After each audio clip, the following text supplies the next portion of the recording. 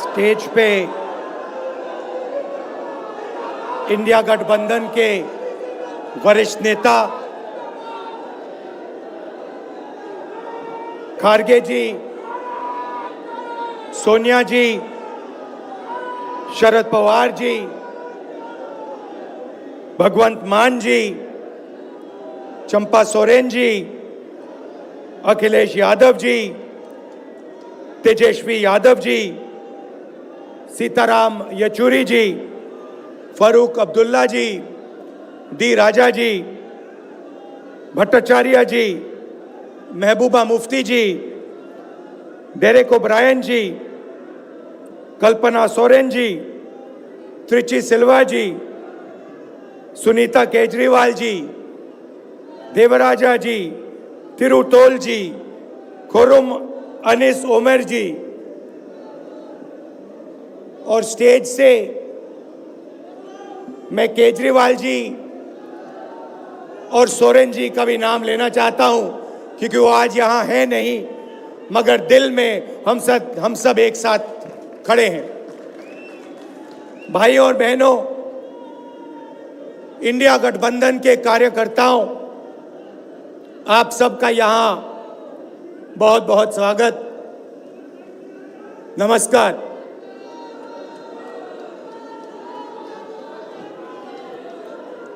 आजकल आईपीएल के मैच चल रहे हैं, देखते हो आप लोग। मैच फिक्सिंग शब्द सुना है आपने? सुना है? जब बेईमानी से एम्पायर पर दबाव डालकर प्लेयर को खरीदकर कैप्टन को डराकर मैच जीता जाता है। क्रिकेट में उसको मैच फिक्सिंग कहा जाता है।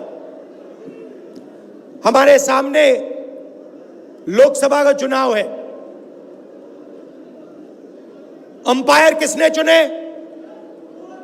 नरेंद्र मोदी ने। हमारी टीम में से मैच शुरू होने से पहले 2 खिलाड़ियों को अरेस्ट करके अंदर कर दिया। तो भाइयों और बहनों,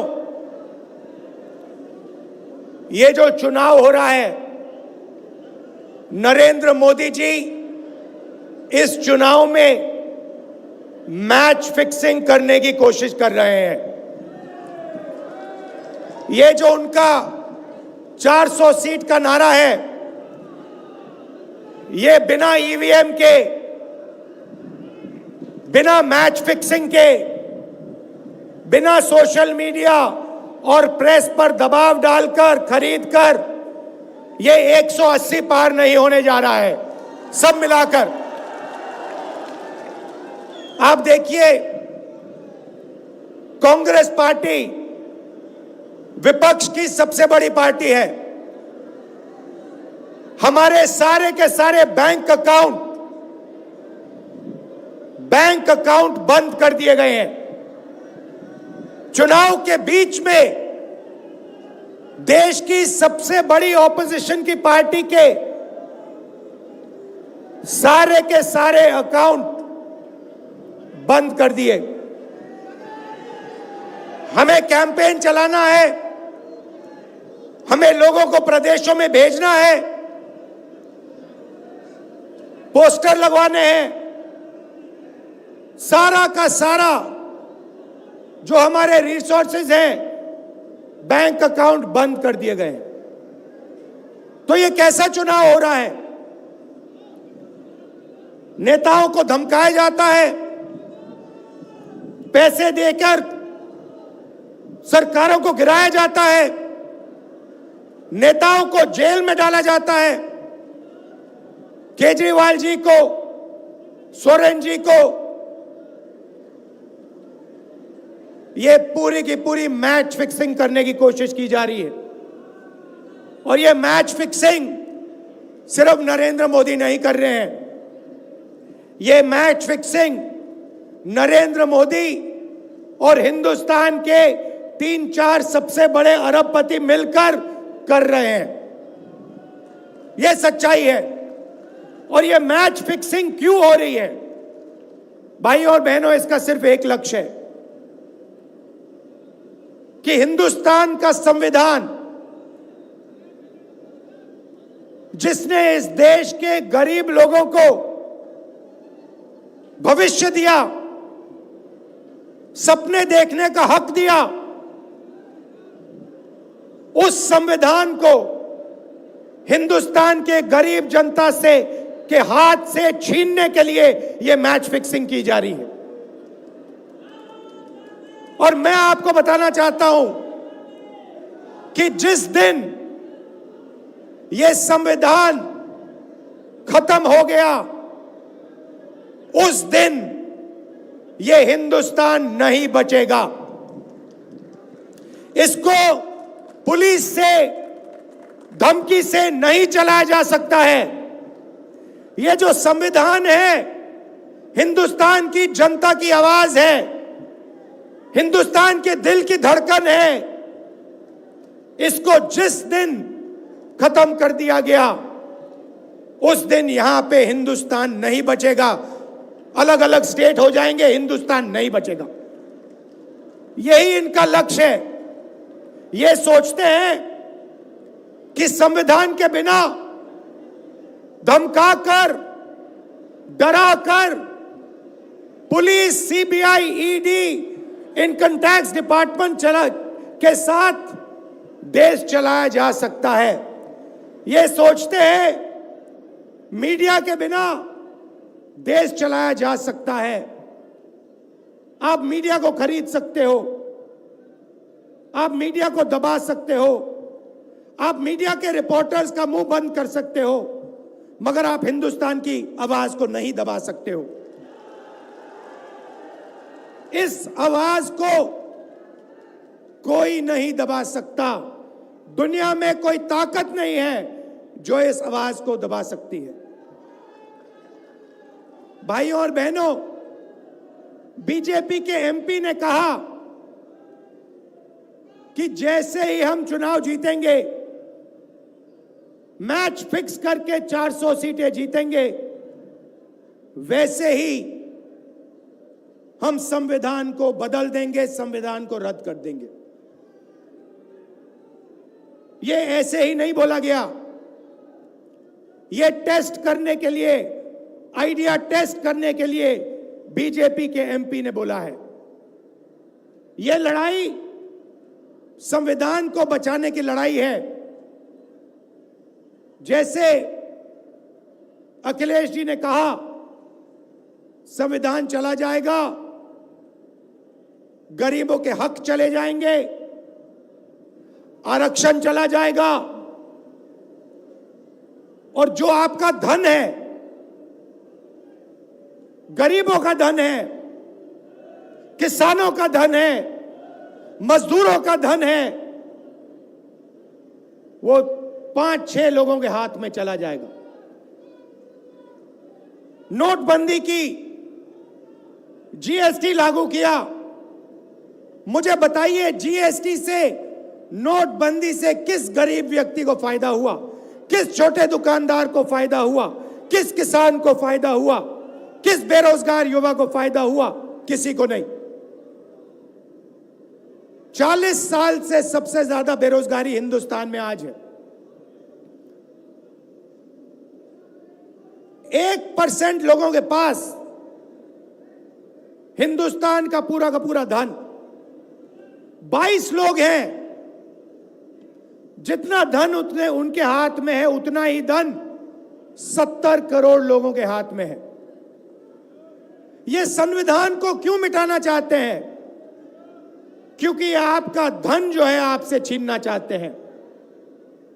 मैंने जाति जनगणना की बात की, किसानों के एमएसपी की बात की, युवाओं को रोजगार देने की बात की।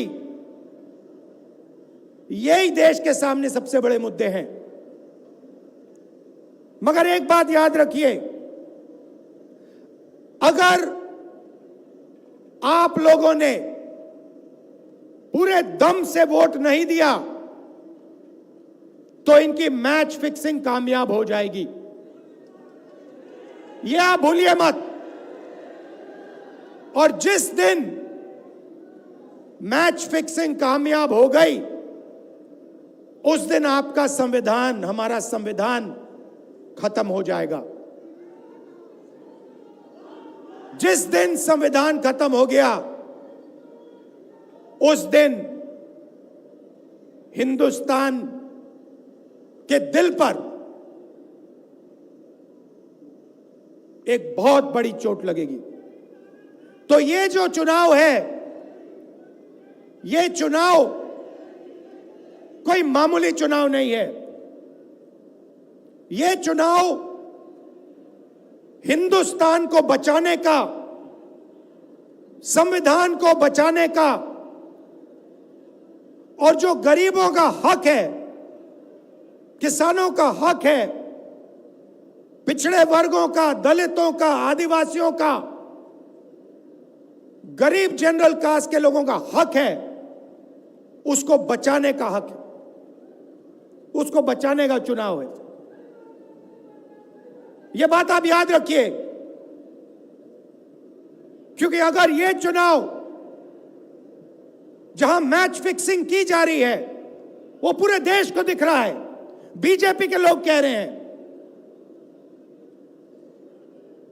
कल में से एक व्यक्ति मिलने आया, मुझे कहता है मैं ट्रेन से आया, मेरे साथ बीजेपी के कार्यकर्ता बैठे थे, उन्होंने कहा कि कुछ ना कुछ गड़बड़ है। यह सच्चाई है। इलेक्शन कमीशन के लोगों को नरेंद्र मोदी जी ने बैठाया, दो नेताओं को, दो चीफ मिनिस्टरों को जेल में डाला। चुनाव से कुछ ही महीने पहले अगर डालना था तो 6 महीने बाद डाल देते, 6 महीने पहले डाल देते। नहीं, चुनाव से 2-3 महीने पहले 2 चीफ मिनिस्टर को डालना था। आपने हमारे बैंक अकाउंट बंद किए। बैंक अकाउंट बंद करने थे, 6 महीने पहले करते, 1 साल पहले करते, 6 महीने बाद करते, कोई फर्क नहीं पड़ता। आप चाहते हो कि विपक्ष चुनाव ना लड़ पाए, और इसीलिए आपने कांग्रेस पार्टी के बैंक अकाउंट रद्द किए, आपने इलेक्शन कमीशन में अपने लोग बैठाए, आप जुडिशरी पे दबाव डाल रहे हो, क्योंकि आप चाहते हो कि मैच फिक्स हो, संविधान रद्द किया जाए और आप सत्ता में रहो। मगर भाइयों और बहनों, मैं सच बोलता हूं, और मेरी बात आप अच्छी तरह सुन लो। अगर हिंदुस्तान में मैच फिक्सिंग का चुनाव बीजेपी जीते और उसके बाद संविधान को उन्होंने बदला, तो इस पूरे देश में आग लगने जा रही है। जो मैंने कहा, याद रखो, यह देश नहीं बचेगा। ये चुनाव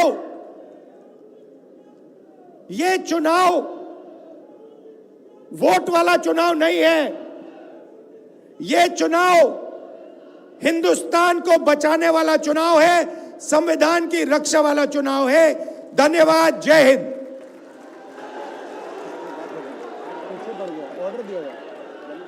हेलो, मैं पंजाब के मुख्य